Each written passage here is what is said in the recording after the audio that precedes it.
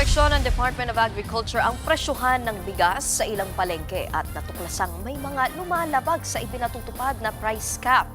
Live mula sa Maynila, may express report si Mon Gualvez. Mon, may mga nasampulan na bang mga tindahan dyan?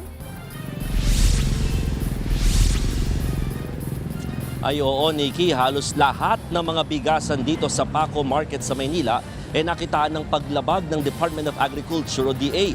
Yan ay matapos madiskubreng hindi pa nga rin sila sumusunod sa ipinatutupad ng price cap para sa mga imported rice na may 5% na broken grains. Kung hindi 55, nasa lampas 60 pesos kung ibenta ang mga regular at well-milled na imported rice. Ito ang agad sinita ni Agriculture Secretary Francisco Chu Laurel Jr. sa kanyang pag-iikot at pag-iinspeksyon sa loob ng Paco Market.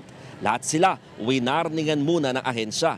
Dapat kasi 50 pesos kada kilo lamang ang bentahan nito mula pa nung nakaraang linggo. Alinsunod yan sa Executive Order number 118 na utos ni Pangulong Bongbong Marcos para higpitan ang naturang price cap sa loob ng 30 araw.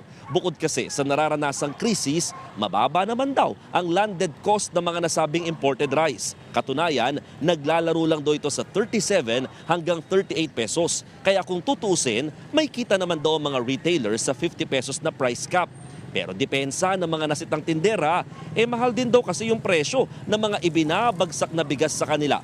Dahil dito, nakatakdang inspeksyonin din daw ng ahensya mga trader at importer ng bigas. Payo naman ng DA sa mga rice retailers, kung hindi talaga may bababa ang presyo, huwag na raw muna nila itong ibenta hanggat hindi pa inaalis ang price cap.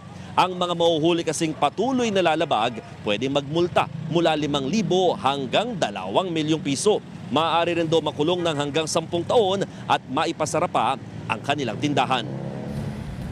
Nikki, pagilino naman ng DA, hindi naman lahat ng mga imported rice pasok sa naturang price cap. Katunayan, kasama sa mga exempted sa naturang paghigpit sa presyo na ipagbebenta dito ay yung mga premium at special rice gaya ng mga japonica at ng basmati. Mahal do kasi talaga yung landed cost o yung presyo pagdating dito nito sa bansa. Nikki. Yan ang express report ni Mon Gualvez mula sa Maynila. Mga kapatid, Nikki de Guzman po. Para sa pasada ng mga rumaratsyadang balita, mag-follow at mag-subscribe na sa social media pages ng News 5.